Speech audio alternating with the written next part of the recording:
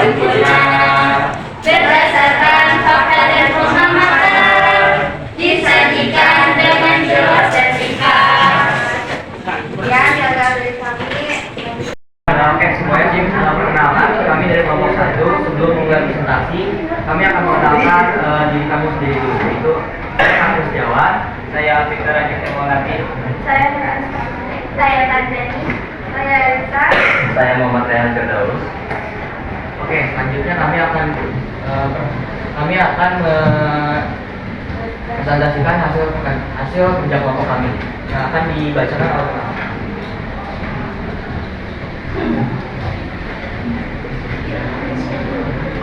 pengertian teks laporan hasil observasi. Teks laporan hasil observasi adalah teks yang berisi penjabaran umum atau laporan berupa hasil pengamatan. Jadi, yang diobservasinya itu pengamatannya adalah penjabaran umum atau laporan yang hasil dari pengamatannya. Teks laporan observasi juga disebut teks klarifikasi mengenai jenis-jenis sesuatu berdasarkan kriteria tertentu. Teks laporan hasil observasi mendeskripsikan bentuk, ciri atau sifat seperti benda, hewan, tumbuhan, manusia, atau peristiwa yang terjadi di alam semesta. Jadi teks laporan hasil observasi itu benar-benar fakta tanpa ada opini. Teks laporan hasil observasi biasanya berisi fakta-fakta yang dapat dibuktikan secara ilmiah. Tujuan laporan hasil observasi adalah untuk mendapatkan informasi dan penjelasan rinci mengenai suatu hal dari sudut pandang keilmuan kepada pembaca. Ciri-ciri.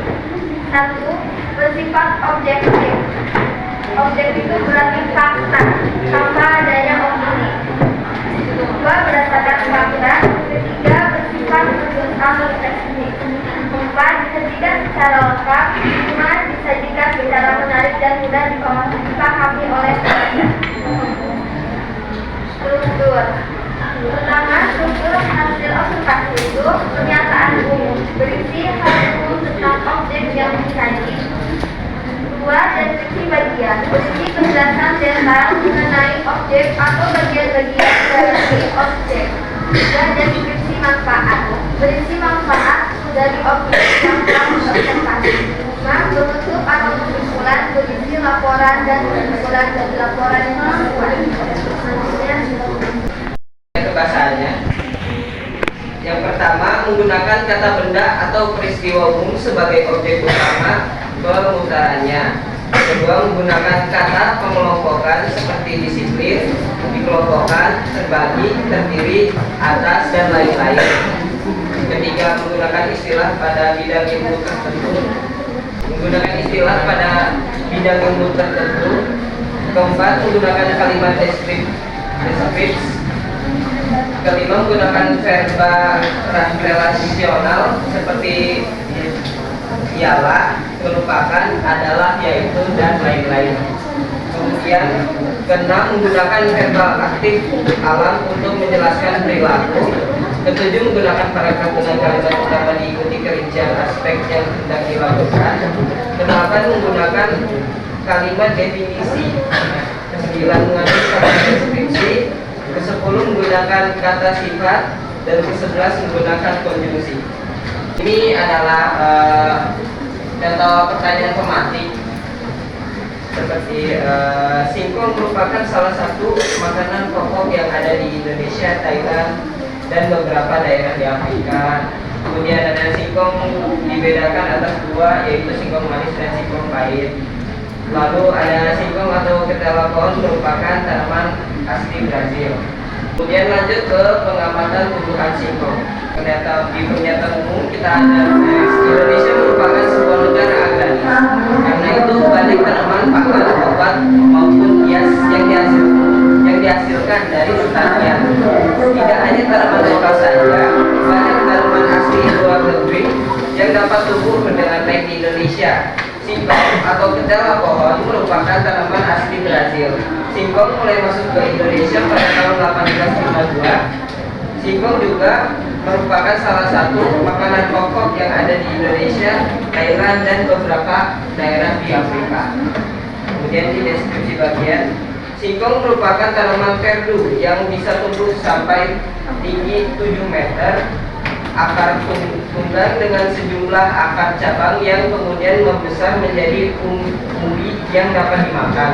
Ukuran umbi rata-rata berdiameter 2-3 cm dan panjang 50-80 cm. Bagian dalam umbinya biasanya berwarna putih atau kekuningan. Jenis daun pada singkong adalah menjari. Batangnya berkambil sehingga dapat tumbuh membesar. Singkong dibudidayakan dengan cara stek batang. Nanti lanjut sama teman saya. Selanjutnya deskripsi manfaat. Singkong menyediakan energi yang dibutuhkan oleh tubuh. Umbi singkong merupakan sumber energi yang kaya karbohidrat namun sangat miskin protein. Sumber protein pada singkong terdapat pada daunnya karena mengandung asam amino metoamina. Menambahkan singkong pada makanan sehari-hari sangat bermanfaat bagi kesehatan karena mengandung vitamin, mineral, serat, dan protein. Menurut beberapa pakar, singkong dapat menyembuhkan beberapa penyakit seperti beri-beri, rematik, demam, dan luka serta meningkatkan stamina. Selain itu, singkong juga dapat diolah. Selanjutnya deskripsi manfaat. Menjadi berbagai makanan yang mudah, menarik, bergizi tinggi, dan berekonomis tinggi. Contoh beberapa olahan dari singkong yaitu keripik singkong, bentuk jumbo, tape, gatot, brownies, dan donatello. Selanjutnya ada kesimpulan. Kesimpulannya, singkong merupakan salah satu makanan pokok di negara Indonesia, juga di negara Thailand, dan bahkan beberapa daerah di Afrika. Singkong atau mantan esculento merupakan tanaman batu yang tidak hanya singkongnya saja yang dapat dimakan, namun daunnya pun dapat dimakan. Singkong juga termasuk jenis tanaman yang memiliki banyak manfaat untuk kesehatan tubuh. Kandungan karbohidratnya yang cukup tinggi menjadi alasan mengapa singkong dijadikan makanan pokok di beberapa negara. Selain mempunyai banyak manfaat, di dalam singkong juga terdapat kasium sinnamary dan leucotriene yang termasuk golongan glikosida hidrogenik. Lalu selanjutnya ada identitas struktur. Struktur yang pertama yaitu pernyataan umum atau klasifikasi ada di paragraf 1. Karena alasannya, karena paragraf ini menjelaskan secara umum tentang singkong. Lalu yang kedua ada deskripsi manfaat, deskripsi bagian dan deskripsi manfaat di paragraf 2 dan 4. Karena paragraf ini menjelaskan secara detail dan mendalam tentang singkong. Jadi 5 sampai 6 bisa ada kesimpulan, berisi kesimpulan dari semua paragraf. Selanjutnya Identifikasi kaidah bahasa yang digunakan pada presentasi kami. Yang pertama adalah menggunakan kata benda atau peristiwa umum sebagai objek utama pemaparannya. Yang ada dalam presentasi ini buktinya adalah tanaman singkong sebagai objek utama pemaparannya. Lalu yang kedua adalah menggunakan kata pengelompokan seperti dipilih, dikelompokkan, terbagi, terdiri atas, dan lain-lain. Nah, buktinya adalah singkong terdiri atas beberapa varietas, di antaranya Valensa, Mangi, Sawi, Basiorao, SPP, Andira, Andira 1, Muara Gandhi, dan lain-lain. Nah, yang ketiga adalah menggunakan istilah pada bilang tertentu atau istilah kimia. Kimia. Yang buktinya adalah glikosida cyanogenik, lalu ada manihot esculenta yaitu nama kimia singkong. Yang keempat adalah menggunakan kalimat deskripsi, yaitu buktinya adalah singkong merupakan tanaman perdu yang bisa tumbuh mencapai 7 meter. Akar tunggang dengan sejumlah akar cabang yang kemudian membesar menjadi umbi akar yang dapat dimakan. Ukuran umbi rata-rata berdiameter 2-3 cm dan panjang 50-80 cm. Bagian dalam umbinya bisa berwarna putih atau kuning-kuningan. Nah, yang kelima adalah menggunakan verba rasional seperti ialah, merupakan, adalah, yaitu, dan lain-lain. Nah, buktinya adalah umbi singkong merupakan sumber energi yang kaya karbohidrat namun sangat miskin protein. Yang keenam, menggunakan verba aktif alam untuk menjelaskan perilaku. Buktinya adalah tumbuh. Saya akan melanjutkan materi itu 7 menggunakan paragraf dengan kalimat utama diikuti perincian aspek yang diminta dilaporkan. Bukti paragraf 1 itu berisi tentang masuknya singkong ke Indonesia. Diikuti paragraf 2 dan 4 yang berisi perincian tentang singkong, meliputi ciri tumbuhan, tempat tumbuh, ukuran tumbuhan, dan manfaat. 8. Mengandung kalimat definisi bukti jenis daun dan jenis daun pada singkong. Pada singkong adalah menjadi batangnya berkambium sehingga dapat tumbuh besar. 9. Mengandung kalimat deskripsi bukti ukuran umbi rata-rata berdiameter 23 cm dan panjang 50-80 cm. Bagian dalam umbinya biasanya berwarna putih atau kuningan. 10. Mengandung kata sifat. Intinya ada singkong merupakan tanaman perdu yang bisa tumbuh sampai 7 meter. Pohon singkong berdiameter 2 atau 5 cm atau sudah berkayu dipotong 30 atau 45 cm. 11.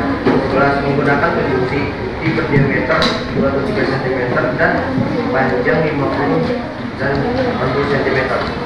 Ini peraga nyatanya singkong. Kalau untuk deskripsinya kita ada di sini. Ini adalah pace singkong. Perkenalkan. Kemudian ini dari tanaman singkong. Ini contoh dari umbinya. Bagian informasi singkong. Nama ilmiah singkong Manihot esculenta. Lalu tipe tanamannya adalah tanaman tahunan. Kemudian kebutuhan sinar mataharinya menyukai sinar matahari penuh. Lalu jarak tanaman 60 cm sampai 1 meter antara tanaman. Kemudian waktu perkecambahan 1 sampai 3 minggu setelah ditanam. Tingkat kesulitan mudah cocok untuk yang ingin bercocok tanam. Kemudian musimnya adalah musim hujan. Waktu panen biasanya 7 sampai 8 bulan setelah penanaman. Kemudian ada kandungan singkong per 100 gram. Singkong mengandung 62,50 gram air, 0,70 mg besi, 30 mg kalsium, 40 gram fosfor, 121 kalori, lalu ada 34 gram karbohidrat, 0,30 gram lemak, 1,2 gram protein, dan ada 0,01 gram vitamin B1. Jadi itu presentasi dari kami tentang singkong. Dipersilahkan bagi ada yang mau bertanya. Nama saya Nabila Ramadhania. Saya mau bertanya, apakah setiap singkong itu racun dan cara membedakan singkong racun dengan singkong yang tidak itu gimana? Mungkin dijawab. Karena kan di sini dijelaskan kalau singkong itu memiliki racun. Singkong itu kan nggak ada bagian-bagiannya, jadi kemungkinan semua singkong itu memiliki racun. Assalamualaikum warahmatullahi wabarakatuh. Nama saya Yasmin dari Komunitas Yasmin. Saya mau tanya mengenai bagaimana cara singkong berkembang biak. Cara singkong berkembang biak yaitu ditanam. Kalau ditanam pastinya berkembang biak. Fotosintesis, kan? Ya. Sebelum wabarakatuh. Pertama, nama saya Putri Manita Kurnia dari kelompok negosiasi. Sebutkan 2 contoh kandungan nutrisi dalam singkong. Jadi kandungan nutrisi yang ada di singkong ada lemak sebesar 0,3 gram, lemak jenuhnya 0,1 gram, kolesterol 0 mg, natrium 14 mg, kalium 271 mg, jumlah karbohidratnya ada 38 gram, serat pangan 1,8 gram, gula 1,7 gram, protein 1,4 gram, vitamin C 2 20,6 mg, zat besi 0, mg,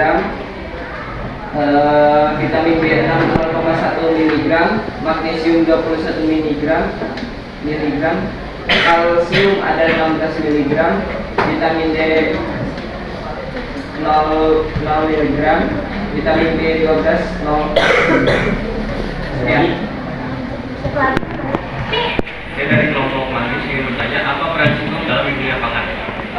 Singkong Singkong itu Bisa. dapat diolah lalu dijual, bahkan untuk jadi wirausaha juga dapat bisa dijadikan salah satu elemen untuk wirausahaan. Singkong itu bisa juga menjadi pengganti nasi karena karbohidratnya itu sangat banyak, jadi bisa sebagai alternatif nasi. Tambahan juga, singkong punya banyak kandungan serat yang bisa memperlambat penyerapan gula ke aliran darah. Jadi singkong juga bisa dijadikan rekomendasi makanan buat mereka yang diabetes. Jadi ada peranannya juga di dunia. Nah, ada beberapa yang bisa kami simpulkan, di mana singkong itu bukan tanaman asli Indonesia, tapi aslinya dari Brazil, tapi dibawa oleh orang penjajah, dibawa masuk ke Indonesia, dan akhirnya menjadi populer dan akhirnya bisa bertahan sampai sekarang dan menjadi salah satu makanan pokok. Dan juga singkong setelah kami amati memiliki banyak fakta menarik dan kami juga belajar banyak hal baru dari sini. Dan juga singkong memiliki banyak kandungan untuk tubuh kita, tapi juga bisa berbahaya karena memiliki racun. Jadi jika diolah dengan tidak baik bisa menghasilkan racun untuk tubuh kita. Sekian.